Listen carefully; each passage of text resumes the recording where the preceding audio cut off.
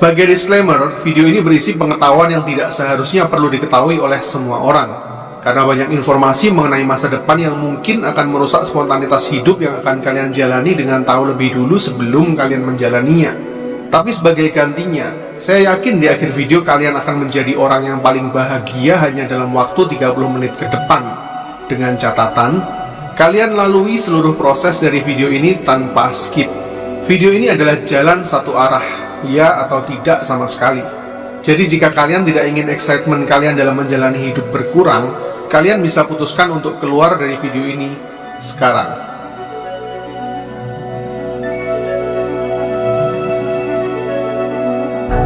Oke, ini artinya kalian sudah setuju.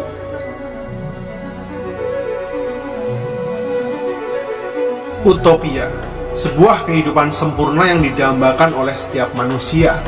Kehidupan tanpa penderitaan, tidak berkekurangan, penuh dengan kesetaraan, hanya ada kelimpahan dan kebahagiaan. Yang mirip dengan sebuah surga yang ada di dunia. Ini adalah jenis kehidupan yang selalu didambakan oleh seluruh umat manusia dari masa ke masa. Tapi pertanyaan terbesarnya, bisakah umat manusia mencapai kondisi utopis? Jawabannya adalah tidak. Maaf jika ini mengejutkan, tapi saya akan jelaskan kenapa manusia tidak akan pernah berada pada kondisi utopis meskipun segalanya jauh lebih mudah. Bahkan ketika kita ada di abad ke-25 sekalipun. Sebelum saya ajak kalian ke masa depan, kita akan kembali ke masa lalu terlebih dahulu. Karena tahukah kalian, terkadang sebuah kebijaksanaan dan kebenaran itu baru benar-benar bisa kita yakini jika mengetahui awal dan akhir sebuah kisah. Sejak awal mula, dari masa ke masa manusia selalu mengejar kebahagiaan. Untuk mencapai kondisi itu, ada beberapa syarat kebutuhan dasar manusia yang wajib terpenuhi. Mulai dari kebutuhan fisik, keamanan, dicintai, diakui, hingga eksistensi diri. Jika salah satu kebutuhan dasar ini belum terpenuhi, maka akan sulit bagi manusia untuk menikmati kebahagiaan yang hakiki. Jadi kita akan mulai sejarah perjalanan umat manusia dalam mengejar kebahagiaan yang kita mulai sejak zaman prasejarah belasan ribu tahun yang lalu, di mana manusia pada masa itu masih harus berjuang dengan kebutuhan fisik. Hingga ke abad-abad selanjutnya di mana manusia merasa mampu menjalani hidup layaknya Tuhan. Di masa lalu, kehidupan manusia dan hewan hampir setara, karena manusia masih belum bisa memegang kendali ekosistem alam seperti saat ini. Dan terkadang hewan liar justru lebih banyak memegang kendali rantai makanan sebagai apex predator, karena ini adalah masa di mana yang terkuatlah yang akan menang. Masa di mana manusia harus selalu bersiap siaga dengan ancaman dari setiap hewan liar karena mereka hanyalah salah satu bagian kecil dari ekosistem liar ini. Untuk makan setiap hari mereka harus berburu, yang terkadang justru menjadi buruan makhluk yang lebih kuat. Kondisi cuaca yang masih sangat-sangat dingin di berbagai penjuru dunia, dan dikala musim dingin tiba, mereka terpaksa harus mencari tempat tinggal di bagian bumi lain jika tidak ingin mati membeku. Berjalan kaki ke arah yang tidak jelas, dengan resiko seluruh keluarganya diserang hewan-hewan liar selama perjalanan. Belum cukup ancaman dari hewan liar, manusia juga masih sangat primitif di masa itu. Saling membunuh satu sama lain hanya demi memiliki sesuatu yang mereka inginkan, entah makanan, baju, atau bahkan anak istri. Jika seorang manusia terluka hanya karena tergores atau tertusuk benda tajam, maka kemungkinan matinya sangat-sangat besar, karena tidak ada sistem pengobatan yang baik. Begitu juga dengan wanita yang melahirkan. Kematian datang silih berganti menjadi hal yang wajar di masa itu, tidak berbeda dibanding hewan-hewan dan tumbuhan yang mati setiap harinya. Setiap insan harus bertanggung jawab sendiri pada nyawanya masing-masing. Bagi mereka, dapat hidup dan makan sehari lagi untuk esok hari saja sudah cukup baik. Proses seleksi alam terjadi setiap saat, sehingga kematian bisa mendatangi mereka kapanpun dan dimanapun. Itulah yang dihadapi oleh nenek moyang kita dulu, yang hanya berjuang untuk bertahan hidup, supaya tidak mati kelaparan dan mencari tempat aman untuk berlindung dari seleksi alam yang masih liar. Tapi manusia adalah makhluk cerdas yang selalu mampu beradaptasi. Dengan beratnya kehidupan mereka di alam liar, manusia mulai berpikir untuk tidak hanya bertahan hidup. Akhirnya seiring perubahan iklim yang semakin hangat di bumi, bertambahnya populasi dan faktor kesamaan nasib, mereka mulai bersatu dalam sebuah komunitas. supaya lebih kuat mempertahankan spesiesnya di tengah alam liar. Di masa ini manusia harus bercocok tanam dan beternak jika ingin makan. Setidaknya dengan kemajuan peradaban yang mereka miliki, akhirnya mereka tidak lagi harus berhadapan dengan hewan liar setiap harinya hanya untuk makan. Tidak lagi harus berpindah tempat hanya demi menghindari udara dingin dan migrasi hewan buruan. Setidaknya di masa ini, kebutuhan dasar fisik manusia saat itu sudah semakin membaik. Mulai dari makanan, tempat berteduh, dan pakaian yang layak. Tapi masalah baru muncul akibat semakin banyaknya populasi umat manusia. Semakin banyak pemukiman dan kebudayaan yang berbeda-beda pula, kini manusia dihadapkan pada masalah baru perebutan wilayah dan kekuasaan. Sebuah pemukiman bisa diserang dan dihabisi oleh manusia lain dari desa tetangga kapanpun tanpa peringatan. Pembunuhan, perkosaan, dan jual beli manusia menjadi pemandangan yang sering terjadi di masa ini karena belum banyak hukum yang mengatur bagi setiap wilayahnya. Akhirnya transformasi kembali terjadi, mulai dari komunitas, desa, kota, hingga semakin kuat menjadi kekaisaran. Akhirnya hukum dan strata sosial mulai dibuat untuk mengatur kehidupan ratusan ribu orang, dan kepercayaan terhadap para dewa mulai dijadikan alat untuk membuat lebih banyak manusia tunduk pada aturan di masa itu. Khususnya para raja yang dianggap mewakili Tuhan dan sangat ditakuti. Jangan harap ada kebebasan berpendapat di sini jika tidak ingin berakhir di kayu salib.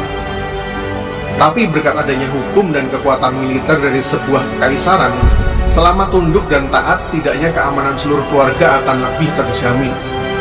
Tapi karena semakin besarnya kekuasaan antar kerajaan satu dengan lainnya, kini timbul masalah baru bagi umat manusia, yaitu perang.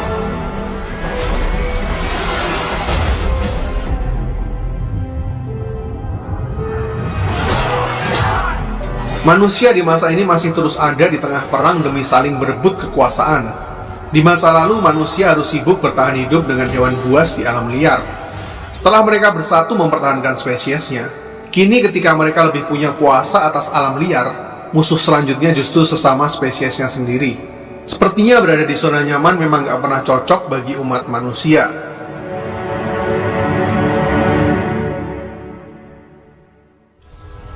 Namun setelah runtuhnya era kekaisaran Romawi, tibalah manusia pada zaman kegelapan, yang sistem pemerintahannya hanya diputuskan oleh majelis dewan gereja aja, bukan lagi demokrasi parlemen seperti di era kekaisaran Romawi, sehingga para manusia di era itu krisis dengan kebebasan berpikir, berpolitik, dan bersosialisasi karena peran dan doktrin agama yang terlalu ketat dan membuat peradaban sulit untuk maju, dan menganggap bahwa hal-hal yang bersifat duniawi nggak ada gunanya.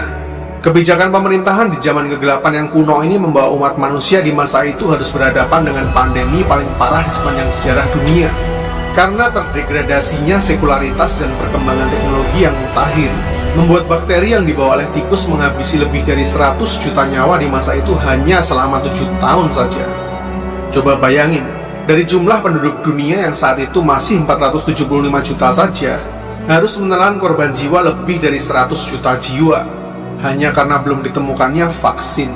Inilah pandemi paling parah sepanjang sejarah, Black Death.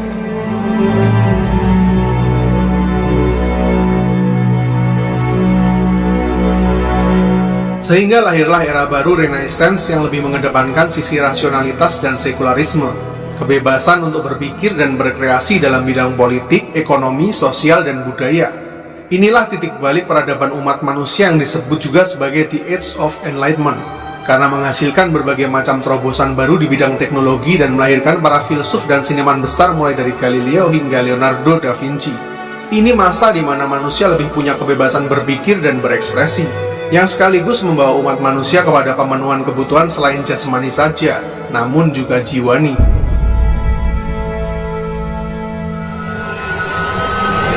Tapi yang tidak pernah berubah, manusia di masa ini masih harus hidup dengan ancaman perang antar negara satu dengan lainnya.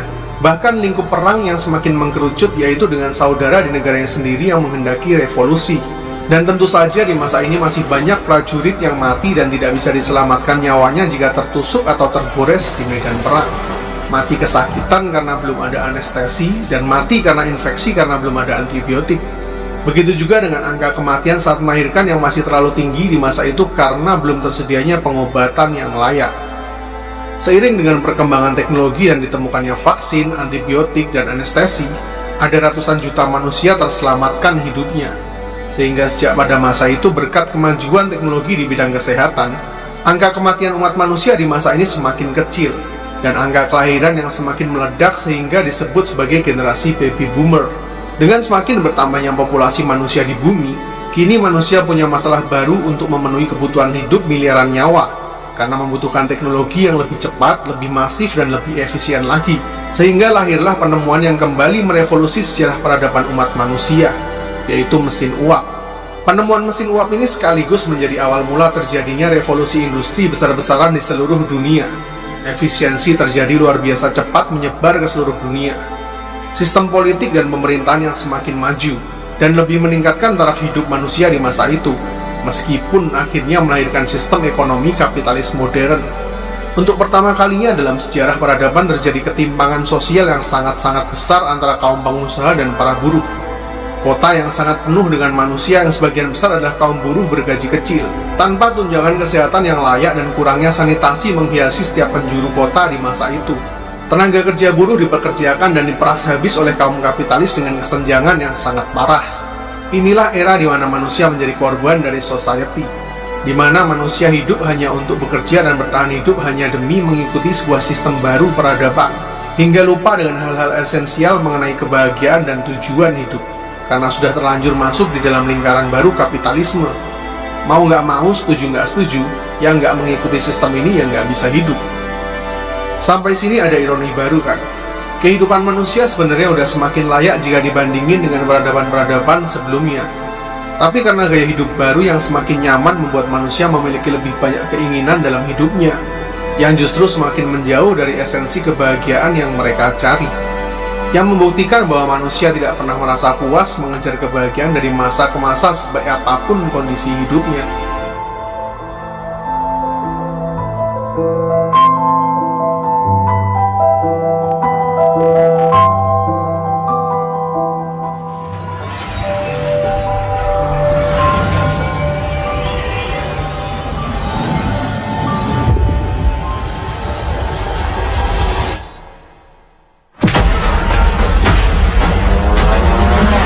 Masuk ke abad 20 justru jauh lebih parah lagi. Di pertengahan tahun 1914 terjadi salah satu perang terbesar dalam sejarah dunia, yaitu Perang Dunia Pertama yang memakan korban hingga 40 juta jiwa. Perang berlangsung selama 4 tahun dan berakhir pada tahun 1918. Warga dunia bersorak-sorai dan mulai kembali membangun peradaban di tengah duka yang masih menganga. Namun sayangnya keberuntungan masih belum berpihak pada manusia di era itu.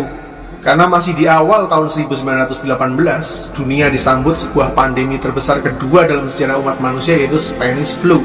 Virus influenza yang belum ditemukan vaksinnya saat itu menginfeksi hingga 500 juta penduduk bumi. Dari total penduduk bumi yang saat itu masih berjumlah 1,8 miliar manusia saja. Pandemi yang sangat parah karena menjangkiti hampir 30% dari total populasi bumi dan memakan korban dengan estimasi mencapai 100 juta jiwa. Coba bayangkan bagaimana susahnya kehidupan manusia di masa itu menghadapi dua tragedi terbesar dalam sejarah di tahun yang sama selama 6 tahun lamanya, Spanish Flu dan Perang Dunia. Pandemi akhirnya berakhir di tahun 1920. Namun beberapa tahun setelahnya mereka masih harus menghadapi krisis ekonomi dunia yang lagi-lagi terbesar di sepanjang sejarah dunia, yaitu Great Depression yang menghancurkan GDP dunia hingga lebih dari 15%, yang tentu saja sangat mengguncang keseimbangan perekonomian dunia. Mengingat Great Recession yang terjadi pada tahun 2008 lalu saja udah menghancurkan banyak pasar saham dunia, meskipun hanya mengalami penurunan GDP dunia sebesar 1% saja. Berkat Great Depression ini banyak sekali orang kaya yang jatuh miskin, kasus bunuh diri di mana-mana, para pegawai kehilangan pekerjaannya, hingga mengalami kenaikan tingkat pengangguran mencapai 30% di banyak negara di seluruh dunia. Benar-benar terjadi goncangan yang sangat dahsyat. Chaos terjadi di mana-mana dan merubah kehidupan manusia di masa itu. Great Depression ini punya dampak cukup panjang untuk pulih hingga 10 tahun. Mereka baru mulai bernapas lega dan mulai menyusun harapan untuk kehidupan yang baru. Namun naas, di tahun yang sama ternyata dunia justru mengalami tragedi yang jauh lebih dahsyat dalam sejarah umat manusia, yaitu Perang Dunia Kedua yang memakan korban hingga 75 juta jiwa yang berlangsung selama 6 tahun. Gila. Serius, generasi manusia yang lahir di awal abad 20 ini benar-benar diuji secara mental dan fisik secara luar biasa.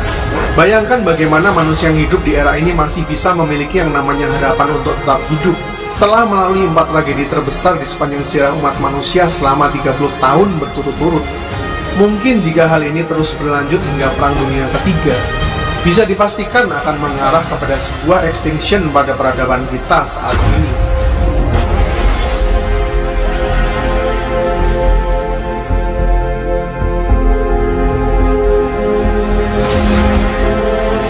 Namun selalu ada hikmah di balik setiap peristiwa.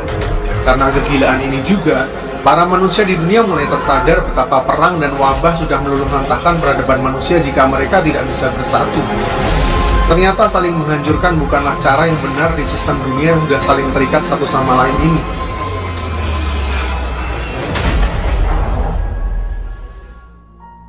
Itulah kita, yang terkadang hanya mau mendengar dalam kondisi sepinya sebuah keputusasaan, bukan dalam kondisi riuh yang penuh dengan gejolak. Tragedi-tragedi besar yang terjadi di awal abad 20 ini membuat banyak bangsa mulai belajar bahwa jika mereka tidak bersatu, maka seluruh dunialah yang menjadi korbannya, bukan hanya satu atau dua kepentingan saja. Maka mereka mulai sepakat mendirikan United Nations atau PBB di tahun 1945. Begitu juga dengan pandemi yang terjadi di awal abad 20, membuat mereka belajar dari kesalahan dan melahirkan WHO di tahun 1948. Kemudian karena industrialisasi yang semakin masif secara global oleh kepentingan para kapitalis, jika masing-masing pelaku industri ini tidak dikontrol dan duduk bersama, maka tidak ada yang memegang kendali jalannya peradaban baru bumi di masa mendatang. Oleh sebab itu didirikan pula sebuah organisasi internasional, yaitu World Economic Forum di tahun 1971. Berkat kontrol dan peran organisasi-organisasi inilah peperangan, kesehatan, ekonomi, hingga industri yang terjadi di dunia kita saat ini bisa lebih dikendalikan dampaknya. Jika dibandingkan dengan yang terjadi di era-era masa lalu hanya karena pecahnya persatuan di seluruh dunia. Begitu juga dengan hak asasi manusia yang kita miliki saat ini juga berkat deklarasi dari PBB setelah terjadinya World War II yang sangat tidak mencerminkan humanity. Untuk pertama kalinya dalam sejarah peradaban, dunia mulai sepakat setelah ada di ambang kehancuran. Umat manusia yang hidup di masa kini mulai berani meyakini sesuatu yang sebelumnya sangat sulit untuk digapai oleh para pendahulu kita, yaitu harapan akan masa depan yang lebih baik, di mana kita tidak lagi harus berjuang hidup dan mati hanya demi sesuap makanan, di mana kita bisa tidur di malam hari tanpa khawatir bahaya seperti pejuang-pejuang di masa lalu, di mana kita kini sudah punya kebebasan untuk menyampaikan sesuatu yang kita yakini. Ya, semua kenyamanan dan keamanan yang kita miliki saat ini adalah perjuangan dari generasi-generasi manusia pendahulu kita. Sehingga manusia di masa kini punya fondasi yang lebih kuat untuk terus hidup. Dan di era kita saat ini, kita bisa lebih berfokus pada kebutuhan dasar manusia yang terakhir.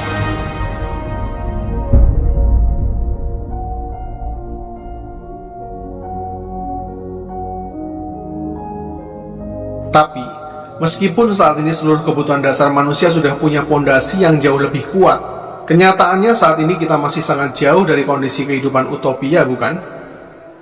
Masih belum ada kesetaraan di dunia ini, masih banyak kelaparan di dunia ini, kesehatan, pendidikan, dan ekonomi yang masih sangat timpang. Angka kematian tinggi karena masih banyak penyakit yang belum ada obatnya. Kebebasan berpendapat masih tidak adil bagi kaum minoritas. Masih banyak terjadi perang di berbagai sudut dunia. Sistem kapitalis korup warisan era industrialisasi yang masih belum berpihak pada rakyat kecil. Dan isu paling berbahaya bagi kelangsungan peradaban manusia selanjutnya, yaitu global warming. Yang artinya pengejaran kebahagiaan utopis dari umat manusia masih belum berakhir di era kita sekarang. Karena manusia dari masa ke masa selalu mendambakan kehidupan utopis yang ideal, di mana tidak ada lagi kelaparan, penderitaan, ketidakpastian, ketidakefisienan, bahkan mungkin ketidakabadian. Maka dari itu manusia masih harus berkembang lagi untuk mencapai itu semua dengan bantuan teknologi. Jadi kita akan lanjutkan perjalanan ini menuju ke masa depan.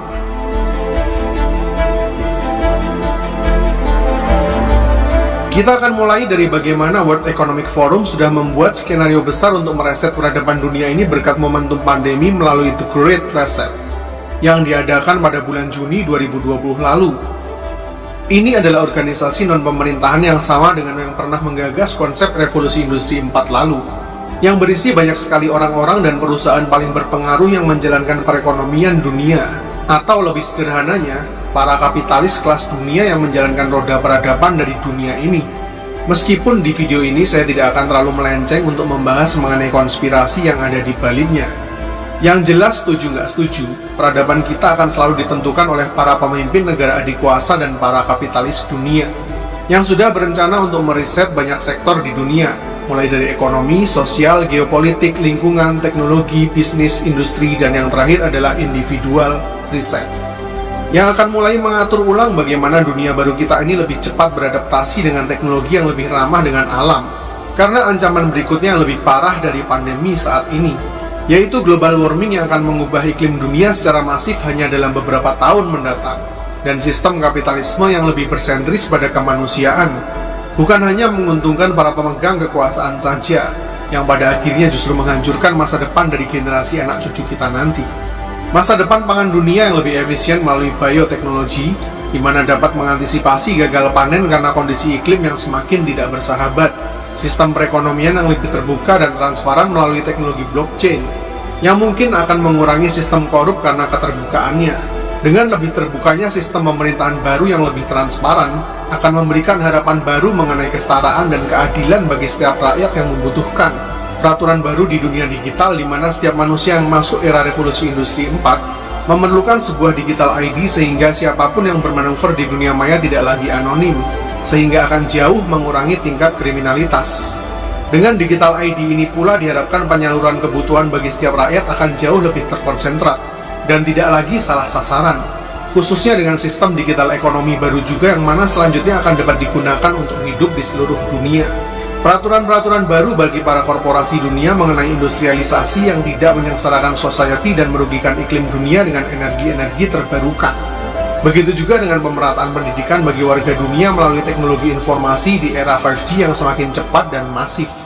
Situasi pandemi saat ini akan dimanfaatkan sebagai titik balik untuk mereset ulang kebobrokan dari sistem pemerintah dan kapitalisme yang sudah merusak dunia kita selama ratusan tahun terakhir, demi menyongsong era peradaban baru yang lebih humanis dan berpihak pada alam, yang harapannya mulai akan kita rasakan dampaknya pada tahun 2050 mendatang, jika memang umat manusia sepakat untuk duduk bersama demi satu tujuan yang sama. Karena perpecahan, adu kekuatan, dan kekuasaan selalu menjadi tabiat manusia sejak zaman dulu, ketika kondisi mereka dalam keadaan baik. Sehingga manusia terlena selama ratusan tahun terakhir ini hanya peduli memuaskan kepentingan dan egonya masing-masing, pura-pura tidak mendengar bahwa bumi ini terus menangis yang sebentar lagi hampir murka. Jadi untuk saat ini, kita anggap saja skenario global warming yang akan mengancam musnahnya peradaban manusia ini berhasil menjadi titik balik untuk menyatukan umat manusia, yang mirip dengan skenario yang terjadi pasca Perang Dunia lalu. Maka mungkin umat manusia masih punya harapan dan tidak berakhir dalam skenario distopia karena proses seleksi alam, yang bisa mereset teknologi kita kembali ke zaman busur dan panah lagi. Artinya kita mungkin akan terus melaju ke tahapan utopia di beberapa abad selanjutnya.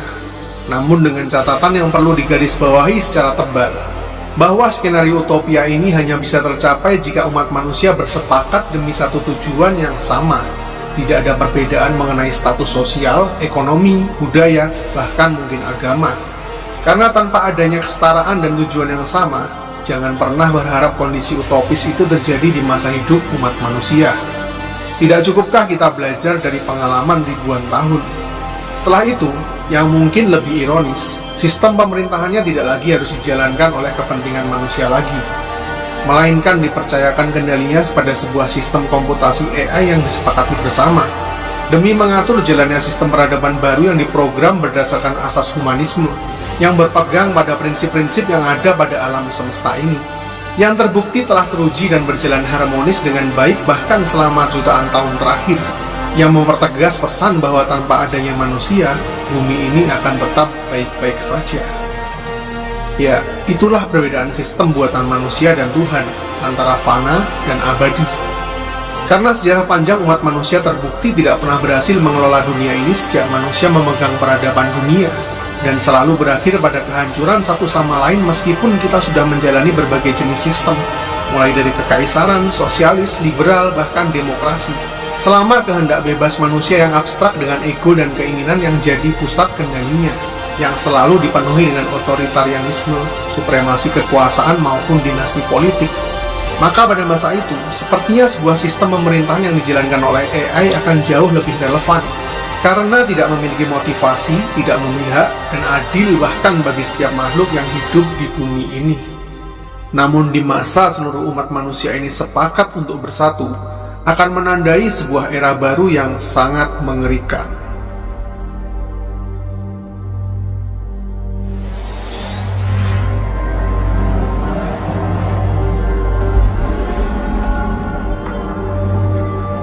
Di masa ini teknologi sudah menyediakan segalanya bagi kebutuhan umat manusia. Berkat fusi nuklir masa depan yang memberikan energi tanpa batas bagi siapapun yang membutuhkan secara gratis. Karena di masa ini, energi dapat diproduksi dengan sangat mudah, murah, dan mungkin unlimited. Hanya karena energi gratis ini saja, maka hampir seluruh hal yang ada di dunia utopia ini akan tersedia secara gratis juga. Apalagi tempat ini semuanya telah dikendalikan oleh AI dan robotik yang akan secara otomatis memproduksi dan menyediakan hampir setiap kebutuhan dasar umat manusia. Mulai dari makanan, kesehatan, tempat tinggal yang layak, bahkan hiburan. Karena semuanya mudah didapatkan, maka manusia mulai tidak memiliki pikiran untuk berbuat jahat lagi. Dan setiap manusia hampir tidak lagi bekerja untuk mendapatkan apa yang diinginkannya. Karena semuanya telah tersedia dengan sangat-sangat mudah berkat bantuan teknologi. AI dengan basis kuantum komputer yang maha canggih, yang dapat menjalankan seluruh sistem yang ada di dunia utopia ini, mulai dari perekonomian, transportasi, kebutuhan sosial, bisnis, maupun industri dengan sangat adil. Ini adalah masa di mana setiap manusia dianggap setara eksistensinya, dan hanya berfokus mengejar mimpi dan fantasinya masing-masing. AI ini menyimpan seluruh database umat manusia maupun setiap benda yang ada di dunia, yang dapat terkoneksi dengan pikiran manusia dan semua benda secara nirkabel, memahami semua kebutuhan bahkan kegundahan yang dirasakan oleh umat manusia, dan segera menyediakan solusi baginya secara instan. Sehingga manusia itu tidak lagi sempat mengalami kesusahan dan penderitaan. Pengobatan yang sudah sangat maju berkat nanoteknologi, sehingga sel kanker tidak lagi menjadi ancaman. Bahkan sebelum manusia lahir dengan genetika yang berpotensi dengan kanker pun bisa dimodifikasi seperti baru lagi, berkat bantuan teknologi CRISPR yang jauh lebih advance di masa depan. Begitu juga dengan modifikasi genetika fisik mulai dari kelamin, wajah, warna rambut, dan postur tubuh. Sehingga manusia bisa memiliki kondisi fisik sesuai dengan yang mereka inginkan sendiri. Nggak perlu lagi iri dan dengki kepada manusia lainnya hanya demi mendapatkan eksistensi diri yang layak di mata masyarakat. Karena kini semuanya setara. Teknologi regenerasi sel super canggih yang memungkinkan kita hidup dalam kondisi tetap muda, yang akan membuat hidup dan mati hanya menjadi sebuah opsi. Tidak ada lagi kematian karena penyakit dan melahirkan, karena di masa ini memungkinkan untuk melahirkan bayi di luar rahim ibunya. Dan semua nutrisi telah disediakan oleh teknologi mulai dari embrio hingga menjadi manusia yang utuh, yang tentunya secara genetika sudah dimodifikasi secara sempurna sehingga tidak ada lagi cacat lahir maupun fisik. Dalam dunia utopia ini, para manusia hanya sibuk mengejar mimpi dan imajinasi yang belum pernah mereka rasakan. Namun sensasi ini lagi-lagi dapat dengan sangat mudah mereka dapatkan berkat semakin canggihnya teknologi neuroscience, yang memungkinkan bagi setiap manusia merasakan sensasi apapun yang diinginkan dalam hidupnya, cukup dengan mengkonsumsi sebuah zat yang akan bekerja dalam alam bawah sadar kita. Mereka akan merasakan sensasi itu sepenuhnya tanpa perlu melalui proses yang panjang, misalnya sensasi sebuah puncak kesuksesan, popularitas, sensasi jatuh cinta, dan berhubungan dengan orang yang paling kamu dambakan. Bahkan merasakan sensasi menjadi makhluk apapun yang ada di dunia ini, yang batasannya hanya ada sejauh imajinasi yang bisa kita pikirkan. Sehingga mirip dengan konsep sebuah surga di mana kita tidak lagi dapat diatur oleh segala keterbatasan fisik. Bahkan dengan kemajuan kuantum fisika di masa itu, manusia mungkin akan mampu memecah dan memanipulasi blueprint dari sebuah atom, sehingga mereka menjadi mampu menciptakan berbagai materi baru di semesta ini, yang akan membuat manusia tidak lagi terpenjara dalam hukum-hukum fisik, yang memampukan mereka membuat hukum-hukum baru versi mereka sendiri, hingga akhirnya sanggup menulis ulang takdir baru kehidupan, mulai dari alfa hingga omega.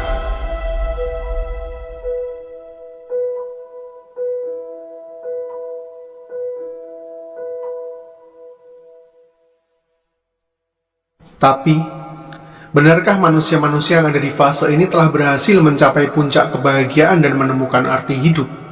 Ketika mereka bahkan tidak lagi mendambakan sebuah harapan di kondisi yang tanpa celah itu. ketika mereka bahkan tidak lagi tahu apa yang mereka inginkan di saat dengan mudahnya segala keinginan itu terpenuhi. Teknologi awalnya memang diciptakan untuk mempermudah hidup dan efisiensi, dengan cara mempercepat atau menggantikan sebuah proses. Namun ketika seluruh proses itu diambil alih olehnya, hingga tidak ada lagi yang tersisa bagi manusia, maka tidak ada yang lebih mengerikan dibanding seorang manusia yang selalu mendapatkan apa saja yang terbesit di dalam pikirannya dengan begitu mudah. Ketika